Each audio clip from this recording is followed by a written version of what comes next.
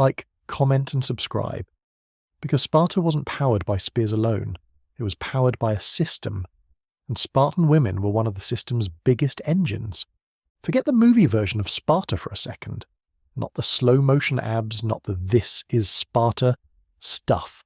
Real Sparta was something way stranger and way more effective than the legend.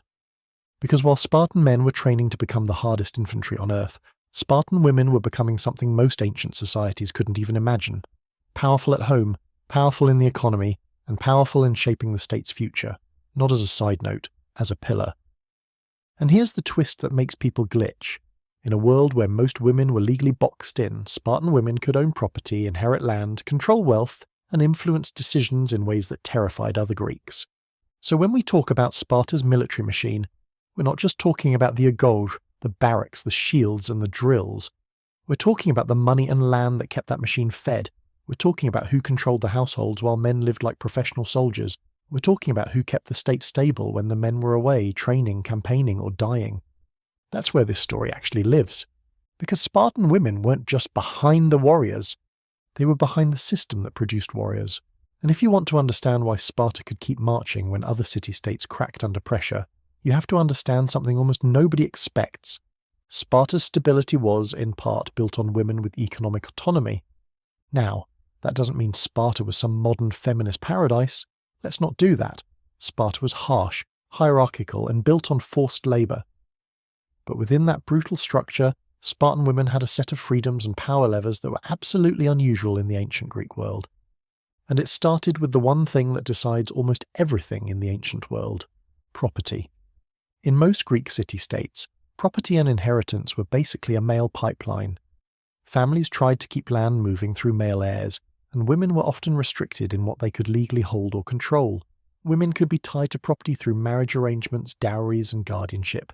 But direct control, public autonomy, that was usually limited or heavily mediated. Sparta didn't work like that. Sparta was built different for one reason. Spartan men weren't really home in the way other Greek men were home. Their lives were structured around training, group messes, discipline, and constant readiness. If your male citizens are effectively professional soldiers first and household managers second, the system has to compensate or it collapses. So Spartan women stepped into the vacuum. They managed estates. They oversaw production. They handled household logistics. They made decisions about land, labour, and resources. They weren't just keeping the lights on, they were keeping the whole Spartan machine functioning while the men were being soldiers. And because that responsibility was real, their legal and economic status reflected it. Spartan women could inherit. They could own land. And over time, that wasn't just a cute cultural quirk. It became a massive economic reality. Think about what land means in an agrarian society. Land isn't just wealth. It's food, leverage, labour, and political power. Whoever controls land controls the ability to support people, fund obligations, and survive crises. Now imagine a society where women hold a major share of land, while the men are tied up in military life. That changes everything. It changes who has influence over resources. It changes how marriage works. It changes how alliances form. It changes how stable your citizen class is. It changes how the state endures. This is why other Greeks talked about Spartan women the way people talk about an unsettling glitch in the rules of reality. Athenian writers especially loved to act scandalized, because Athens ran on a very different idea of what women should be. To them, Sparta looked upside down. Spartan women were visible, athletic, educated enough to run households, comfortable speaking their minds, and economically influential. So let's get specific about the thing you brought up, the idea that Spartan women had economic power, funding, influence, strategic decision-making. That sounds dramatic, but it's not fantasy. Because in Sparta, a citizen's ability to remain a full citizen depended on meeting obligations. One of the biggest was contributing to the communal mess groups, the syssitia. Spartan men ate and lived in a system built around collective discipline, but that system still needed supplies. Food doesn't teleport. Someone had to produce it. Someone had to manage the estate output that made those contributions possible. If a household couldn't meet those obligations, status could slip. That meant economic management wasn't just household stuff. It was tied to political and social standing. So when women manage estates, they're not doing chores. They're preserving a family's position in the Spartan order, and that's power. Then there's the marriage and inheritance game. In Sparta, marriage wasn't just romance or family tradition, it was strategy. The state cared deeply about producing strong, healthy citizens. It cared about maintaining a warrior class. It cared about stability. Women weren't passive in that system, they were central to it. Their economic status meant they weren't entering marriages as powerless dependents. Land and wealth shaped the bargaining table. In any society, whoever brings assets into a relationship changes the dynamics of the relationship, and those dynamics scale up. Because elite households aren't just families, they're political networks. If women have property and inheritance rights, they become major nodes in how wealth and influence move through the citizen body. They can become the bridge between powerful families. They can consolidate land. They can preserve estates. They can shape which alliances are economically viable. Even without voting in an assembly, you can still shape the direction of a society if you control the resources that keep its elite functioning. This is the quiet truth people miss. Political power is often downstream from economic power. Now, Sparta's system had another piece that makes this even sharper: the men's lifestyle. Spartan men weren't lounging around running businesses. Their lives were built around discipline, training, and cohesion. That made them terrifying soldiers. But it also meant a lot of normal, civilian management fell to women and non-citizen labour structures. So if you're asking, how did Spartan women contribute to Sparta's stability? It's not because they gave speeches on a hilltop. It's because they kept the economic spine from snapping. They kept estates productive. They kept households functioning. They maintained continuity when men were absent. They managed the resources that fed the warrior lifestyle. And that created resilience. The kind of resilience that doesn't look flashy in battle paintings, but decides whether your society can survive a long war, a bad harvest, or internal chaos. This is also where the myths start to break. The myth is, ancient women were always universally oppressed in the same way. Reality is, different systems created different roles, and sometimes those roles produced weird pockets of autonomy, especially when the state had practical reasons to allow it. Sparta needed women to be strong, capable, and independent at home because the men were being shaped into a permanent military class. Spartan women were trained physically not just for aesthetics, but because the society believed strong women produced strong children, and also because they valued a kind of toughness that matched their national identity. That physical culture gets talked about a lot, women exercising, running, competing, because it's the most visually shocking compared to other Greek states. But the economic side is the real long game, because if you have land, you have options. If you have options, you have leverage. And if enough women have leverage, you get something rare in the ancient world. A female class with meaningful autonomy inside a brutally militarized state. Now here's where it gets spicy, and where we have to be honest. This setup didn't just empower Spartan women, it also created problems for Sparta over time. Because when property concentrates in fewer hands, regardless of who holds it, you get inequality. You get fewer households that can maintain full citizen obligations. You get stress inside the citizen class. You get political tension. You get the kind of internal weakening that no amount of battlefield courage can fix. And Sparta's citizen numbers did shrink over time. Many factors played into that. But the economic structure mattered. When land ends up concentrated, fewer citizens can keep up with the system. That creates a smaller warrior corps, and a smaller warrior corps means the entire Spartan strategy becomes riskier. So you could argue something paradoxical. Spartan women's property rights were both a strength and a pressure point in Sparta's long-term stability. Strength, because women managing and controlling wealth helped keep households functional and the warrior system supplied. Pressure point, because property dynamics and inheritance patterns could also contribute to land concentration and social strain. That's not a contradiction. That's just how real systems work. They don't do one thing, they create trade-offs. And Sparta was basically the king of trade-offs. Now, one more crucial point before we end part 1. When we talk about Spartan women having strategic decision-making influence, you shouldn't imagine them sitting in war councils with maps. Think influence, not office. Think shaping which households thrive, which alliances form, and which men remain fully capable of serving as Spartan citizens. Think managing the resources that determine whether a man can keep his status. Think raising the next generation in a culture that prizes discipline, endurance, and fearlessness. If the Spartan man is the spear tip, Spartan women were part of the arm behind the thrust, and if you remove the arm, the spear doesn't fly. That's the real story. So in part 2, we're going to go even deeper into the mechanics.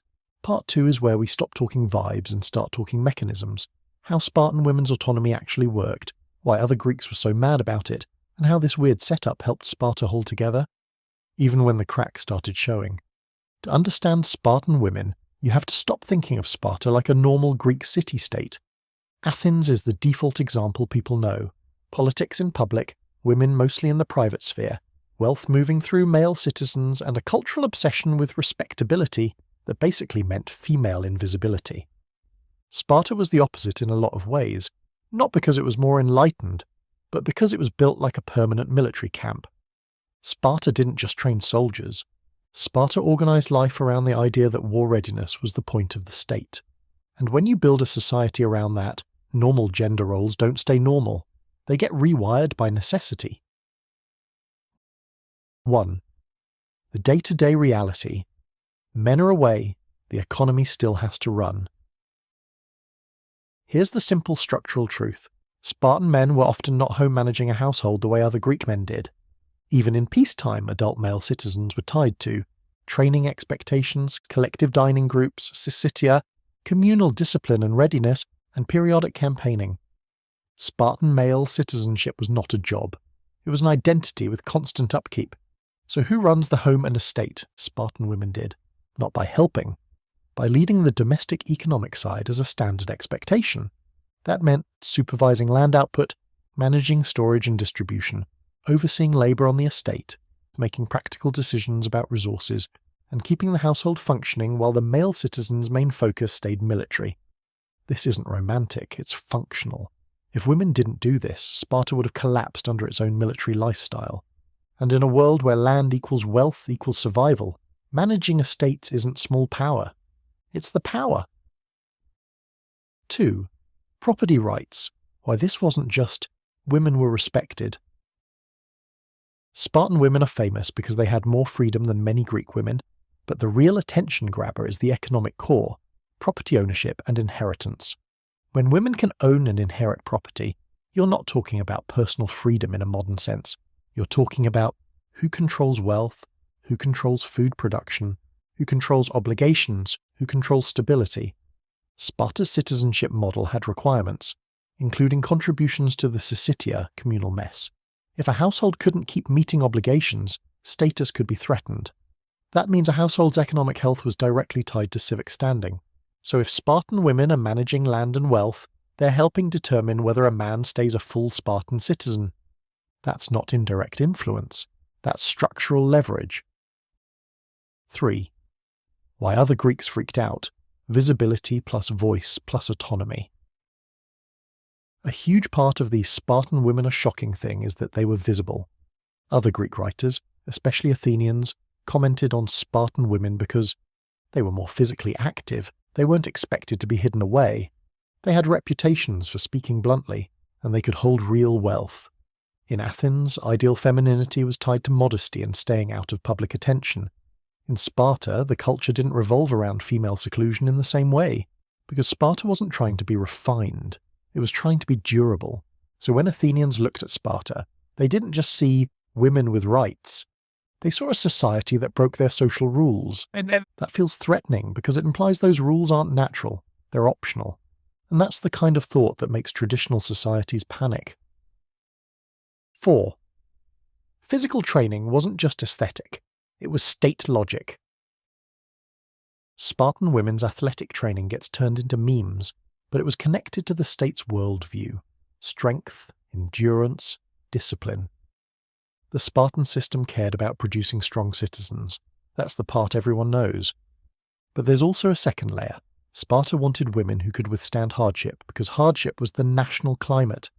A society that expects war, expects loss, expects scarcity, expects harsh discipline, will elevate toughness across the culture. So female athleticism wasn't women acting like men. It was Sparta acting like Sparta. And it also had a psychological effect. It reinforced the idea that Spartan identity isn't soft anywhere. Not in the men, not in the women, not in the family unit, which matters because identity is fuel. 5. The influence part, how you shape strategy without holding office. Spartan women didn't vote in assemblies like male citizens did. That's true, but influence isn't only ballots. In Sparta, women could influence how wealth moved through families, which households consolidated land, which marriages were economically advantageous, and how the next generation was socialized. Marriage and inheritance aren't just family matters in elite societies, they're politics with different paperwork. If women hold land, the marriage market changes, alliances form around property, households maneuver to secure stability. Over time, that shapes the social structure of the citizen class. And again, in a society where citizen numbers and economic eligibility matter, that's a huge lever. 6. The stability effect.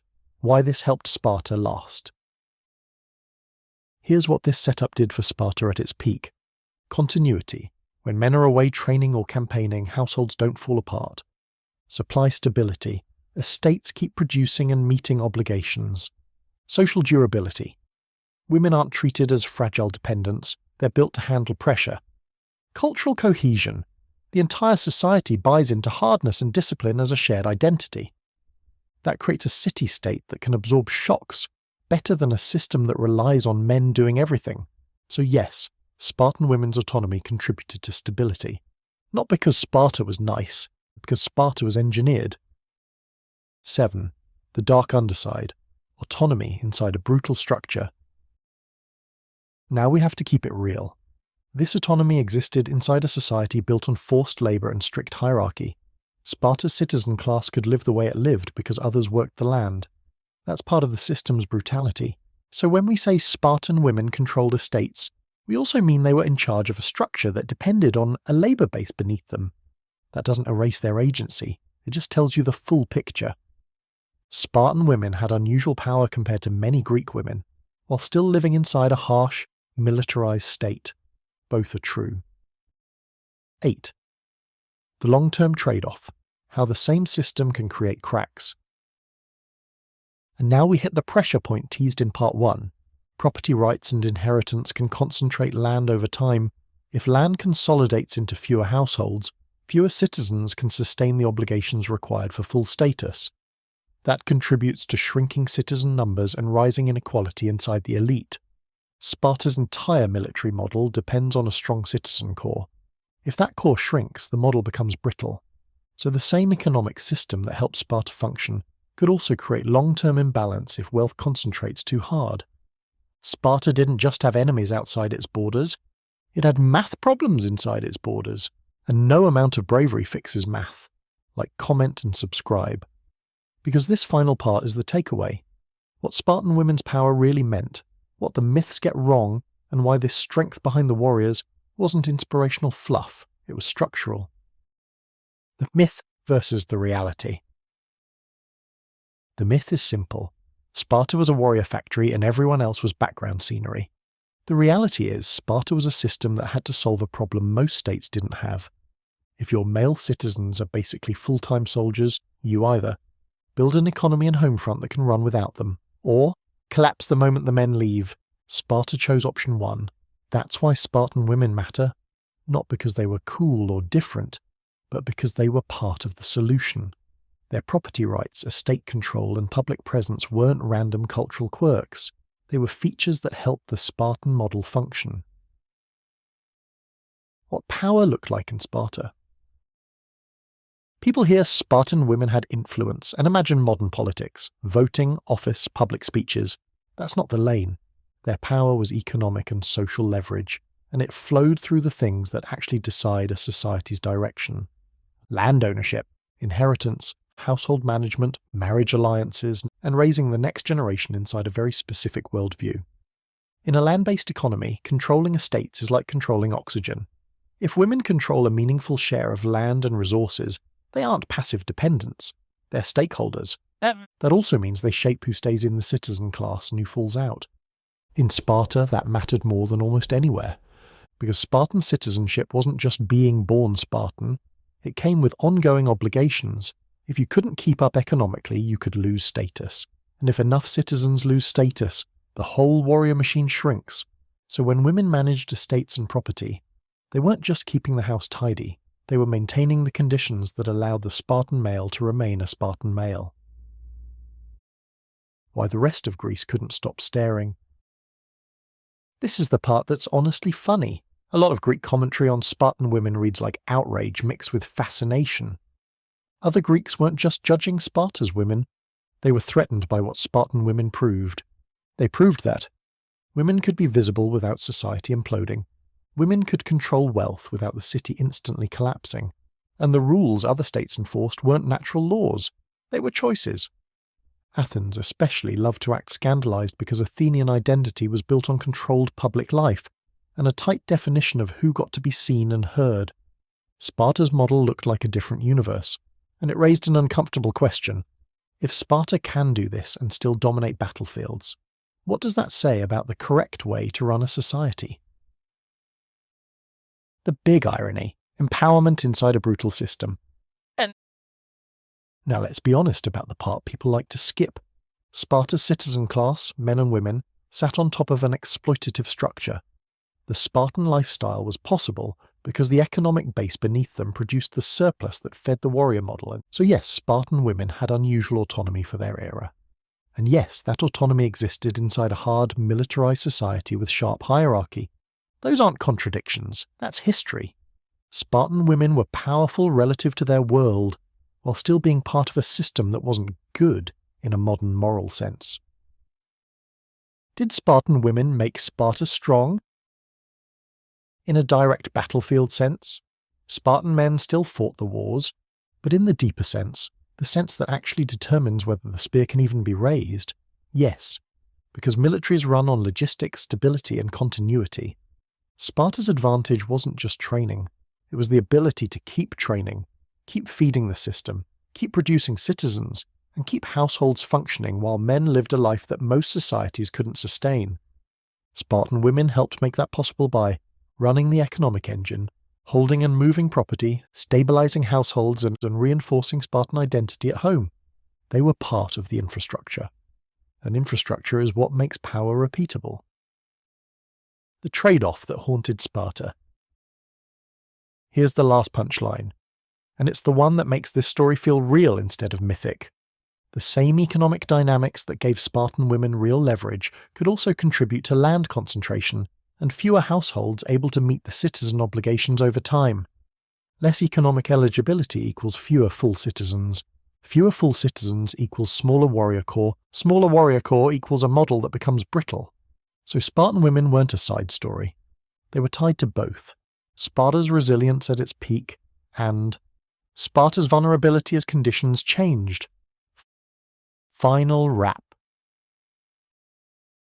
If you strip the legend away, you end up with something more interesting than the myth. Sparta wasn't just a city of warriors, it was a society engineered for war, and Spartan women weren't just behind that society. They were one of the main supports holding it up, economically, socially, and culturally. That's why their property rights and autonomy mattered. Not as trivia, as strategy, like comment and subscribe. And if you want the next long form in this same style, we can do How Roman Mothers Shaped Imperial Power, Viking Women and Inheritance, or The Women Who Financed Medieval Wars.